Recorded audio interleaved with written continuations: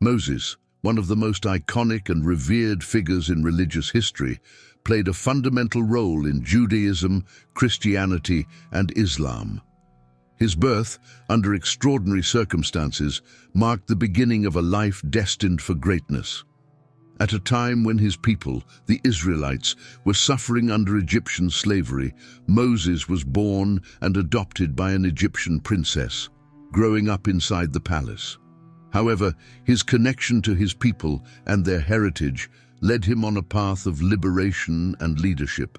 After killing an Egyptian taskmaster for abusing a Hebrew, Moses fled to Midian, where he encountered God in the form of a burning bush in the desert. This mystical event was a turning point, transforming him from a fugitive into a prophet and leader. God commissioned him to return to Egypt to free the Israelites from slavery and lead them to the Promised Land. Moses' role as a spiritual and civil leader is inseparable from the miracles and wonders that permeated his mission, such as the 10 plagues of Egypt, the crossing of the Red Sea, and the revelation of the 10 Commandments on Mount Sinai. He not only faced the Pharaoh's resistance, but also the frequent rebellions and discontent of his own people, demonstrating remarkable patience and resilience. In addition to being the mediator between God and the Israelites, Moses also instituted rituals and laws that would form the basis of Jewish society and religion. His life culminated on Mount Nebo, where he saw the Promised Land that he would never enter. Moses' death is as mysterious as his life, with tradition stating that he was buried by God in an unknown location. This overview of Moses' life underscores not only his importance as a spiritual and legislative leader, but also the potential spiritual significance of his body after death, the subject of the celestial contest we explore. Moses' death is treated with a combination of grandeur and mystery in the scriptures, elements that underline the uniqueness of his departure from this world. As described in the book of Deuteronomy, after a long period of leadership and challenges, Moses' life ends on Mount Nebo, located in the land of Moab. Here, in a final act of divine grace, God allows Moses to see the vastness of the Promised Land that he fought so hard to reach, but curiously does not allow him to enter it due to a previous moment of disobedience. The Bible narrates that Moses died according to the word of the Lord, at 120 years of age, an advanced age that still found Moses in full possession of his physical and mental faculties. The text suggests that his death was an act directly orchestrated by God and not a natural consequence of aging. This detail reinforces the spiritual stature and uniqueness of Moses as a servant of God. After his death, Moses was buried by God in a valley in the land of Moab, but the exact location was never revealed. This divine choice to keep Moses' burial place secret is loaded with meaning. By hiding his tomb, God prevented the place from becoming a point of pilgrimage or worship, which could lead to idolatry, something that Moses himself vigorously fought during his life. Furthermore, the concealment of Moses' tomb emphasizes the transience of the human leader in contrast to the eternity of God. This mysterious aspect of his death and burial is essential to understanding the dispute that would arise around his body. The preservation of his tomb site as a secret also suggests that Moses' body had a special, sacred significance, making it a focal point not only of celestial interest, but also of spiritual confrontation. This scenario sets the stage for the struggle between the archangel Michael and Satan, revealing the continued relevance and symbolic power associated with the great prophet's body even after his departure. In the New Testament, the Epistle of Jude occupies a unique position, offering insights into the spiritual conflicts that run parallel to human history. The dispute over Moses' body, mentioned briefly in this text, is one of those enigmas that captures the imagination and invites deeper reflection on the spiritual dimensions of faith. The crucial verse, Jude 1:9, reports, "But when the archangel Michael contended with the devil, disputing over the body of Moses, He dared not pronounce a curse against him, but said, "The Lord rebuke you." This scene reveals several layers of meaning. Firstly, the role of the Archangel Michael stands out, known in several religious traditions as the protector and leader of the heavenly armies.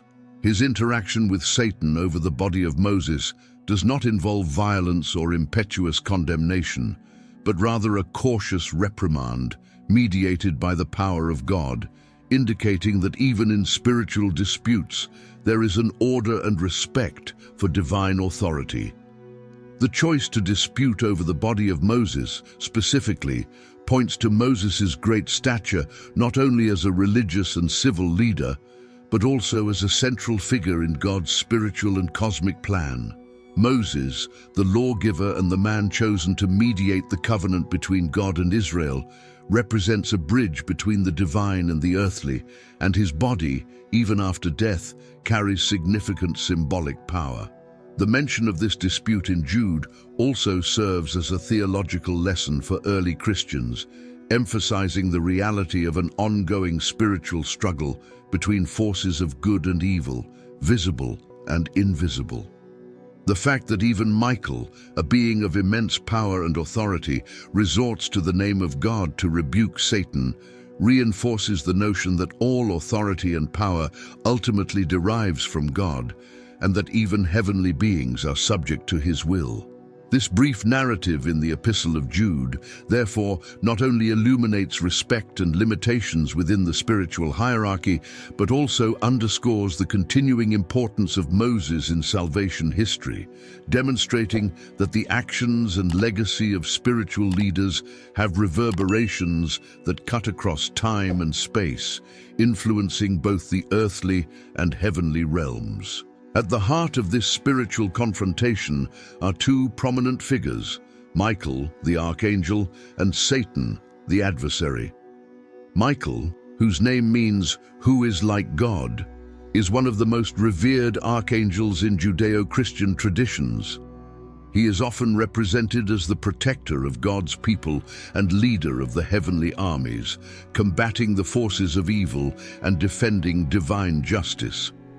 In several scriptures, Michael is presented as a spiritual warrior whose strength and commitment to God's order are unshakable. Satan, on the other hand, is the personification of evil and rebellion against God. Originally a fallen angel, his figure is associated with lies, seduction, and the corruption of human and celestial souls. He relentlessly seeks to thwart divine plans and establish his own dominion, challenging God's authority and sovereignty. The dispute between Michael and Satan over the body of Moses, therefore, is more than a mere physical confrontation. It is a manifestation of a broader spiritual battle between good and evil. Michael, acting with God's authority, confronts Satan not with his own strength or words, but with a simple divine rebuke. "The Lord rebuke you." This phrase encapsulates the essence of heavenly authority, which depends on God's power and not on self-proclaimed proclamations. This scene vividly illustrates the limits of Satan's authority and the supremacy of God's will carried out by Michael. While Satan seeks to usurp and corrupt, Michael maintains his role as defender of God's established order, reminding all beings, both heavenly and earthly, that true power and authority come from God, and that even the highest beings must submit, if to him. The dispute over Moses' body between Michael and Satan, mentioned so cryptically in the Epistle of Jude, raises the crucial question: why was Moses' body so significant? The importance of this body goes beyond simple respect for a spiritual leader. He carries a deep symbolic and theological charge that reflects his unique role as mediator between God and the Israelites. Moses was not just a prophet. He was the instrument through which the law was given to the people of Israel. His body therefore becomes a potent symbol of this law and the covenant between God and his people.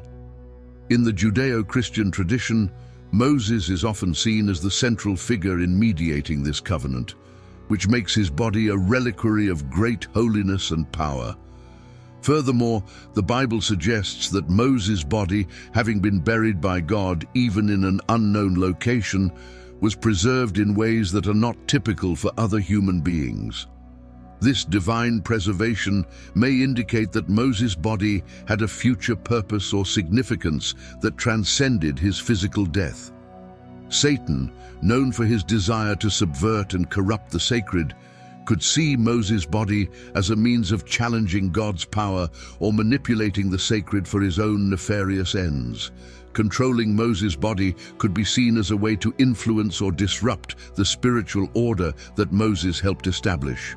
On the other hand, Michael, whose mission is to protect and serve divine purposes, defends the integrity of this body against any profane or dishonorable use. Michael's defense is not just for the memory of Moses, but for maintaining the sanctity of the law and the continuity of the covenant that Moses symbolizes. Thus, the dispute over Moses' body is a reflection of the larger struggles between heavenly and infernal forces, where objects and symbols of spiritual significance become battlegrounds for these opposing forces. The importance of Moses' body, therefore, lies not only in what he was as an individual, but in what he represents in the great drama of faith and redemption. The notion of sacred relics is deeply rooted in many religious traditions, symbolizing the continuation of divine presence and power in the physical world. These relics, whether fragments of sacred objects or the remains of saintly figures, are venerated as tangible connections to the divine. In the case of Moses' body, its importance as a relic can be understood in light of this tradition. Moses' body, because of his unique role as the mediator of the law and as the spiritual leader of the people of Israel, would be considered a relic of immense spiritual power. In Judeo-Christian culture, relics like this are seen not only as a memorial of holiness, but also as sources of blessings and manifestations of miracles. They are therefore highly coveted not only for veneration, but also because they symbolize the perpetuation of faith and divine grace. The dispute between Michael and Satan can thus be seen in a broader light, where control over such a relic represents control over the power and influence it exerts. For Satan, obtaining the body of Moses could represent an opportunity to distort this power, using it in a way that could sow discord or challenge the order established by God. Michael, defending the integrity of the body, is acting to preserve the sanctity and authority of the covenant between God and the Israelites, which Moses symbolized. Their struggle is a manifestation of the ongoing effort to ensure that these sacred relics remain in harmony with divine purposes, free from corruption and degradation. This confrontation highlights the belief that sacred relics have the power to influence religious practice and the spiritual life of communities. Through them, believers find not only inspiration and solace, but also a sense of continuity and connection to the foundation of their faith. Therefore, the dispute over Moses' body is not just about physical possession of an object, but about control and direction of the spiritual legacy it represents. The dispute over Moses' body between Michael and Satan carries significant spiritual implications that transcend the event itself. This contention is not just a fight over a physical object. It symbolizes a confrontation between the principles of good and evil, between divine order and chaotic rebellion. The importance of this clash goes beyond the corporeal and touches the core of the spiritual dynamics that govern the universe. On the one hand, if Satan had been successful in obtaining the body of Moses, he could potentially manipulate this sacred symbol to subvert faith and distort the reverence due to God and his law. This would have implications for the way power and the presence of God are perceived in the world, possibly altering the balance between heavenly and infernal influences on earth. On the other hand, Michael's successful defense of Moses' body serves as a reaffirmation of God's power and the inviolability of his purposes and promises, By protecting Moses' body, Michael not only preserves his sanctity, but also ensures that the physical representation of God's covenant with his people continues to be a point of faith and not deviation. Furthermore, this dispute reiterates the doctrine that heavenly actions are guided by a divine ethic that prioritizes respect for God's will and the natural order that he has established. The fact that Michael invokes God's rebuke rather than acting of his own will illustrates submission to higher authority, even among beings of immense power like archangels. This episode also highlights the continued presence and intervention of the divine in the affairs of the world, a vital message for the faithful of all ages. It serves as a reminder that although the forces of evil may seek to corrupt and destroy, divine guardianship and protection are always active, defending creation against destruction and chaos. Thus, the battle over Moses' body is a microcosm of the broader spiritual struggles that shape the course of history and human spirituality. The dispute over the body of Moses between the archangel Michael and Satan, although brief in the biblical narrative, offers profound theological lessons that resonate through the ages. This episode vividly illustrates the nature of heavenly authority and the right way to face evil and adversity. Firstly, Michael's approach to the dispute teaches about humility and submission to God's will. Rather than confront Satan with his own strength or utter a curse, Michael chooses to invoke God's authority, saying, "The Lord rebuke you." This choice highlights the importance of dependence on God and respect for his sovereignty, even for beings of great power such as archangels. It teaches the faithful that, in spiritual confrontations, true strength lies not in personal assertiveness, but in trust and invocation of divine power. Furthermore, this narrative reinforces the notion that spiritual struggles have consequences that go beyond the visible. The dispute over Moses' body is not just about physical possession, but also about the spiritual and moral influence that this body represents. This highlights the responsibility of spiritual leaders and followers to maintain the purity and sanctity of things dedicated to God, remembering that religious objects and symbols carry deep meanings and must be protected from desecration. Finally, the episode reflects on the ongoing struggle between good and evil, a central theme in many religious traditions. He reminds us that while evil seeks to divert and destroy, good strives to protect and preserve the order established by God. For believers, this serves as a call to vigilance and prayer, strengthening faith in divine protection against forces that seek to subvert order and peace. Thus, the story of Michael and Satan disputing the body of Moses is not just an account of an isolated spiritual battle, but a powerful example of how to face spiritual and ethical challenges, always respecting God's authority and plans. As we reflect on the mysterious dispute over the body of Moses between the archangel Michael and Satan, we come to the end of our exploration, not only with a deeper understanding of a particularly enigmatic moment in Scripture, but also with valuable insights into the nature of spiritual authority, the role of sacred symbols, and the eternal struggle between good and evil. This episode, although briefly mentioned in the Epistle of Jude, serves as a bridge between the Old and New Testaments, connecting Jewish traditions with Christian teachings about God's sovereignty and angelic intercession. He highlights the importance of Moses not only as a leader and prophet, but as a permanent symbol of the covenant between God and his people, whose significance extends far beyond his earthly life. The dispute over Moses' body reaffirms that sacred objects and sites, whether bodies of saints or religious artifacts, must be treated with the highest respect and protected from manipulation and desecration. This episode reminds us that God's power is manifested not only in great miracles and revelations, but also in maintaining holiness and defending against the forces of evil. Furthermore, the way Michael confronts Satan with deference to divine authority rather than personal power is a lesson in humility and faith for all believers. He exemplifies true spiritual strength, which lies in submission to God's will and trust in His righteousness, rather than in acts of brute force or self-authority. We therefore close this analysis with a recognition of the complexity of biblical texts and the multiple levels of meaning they can offer.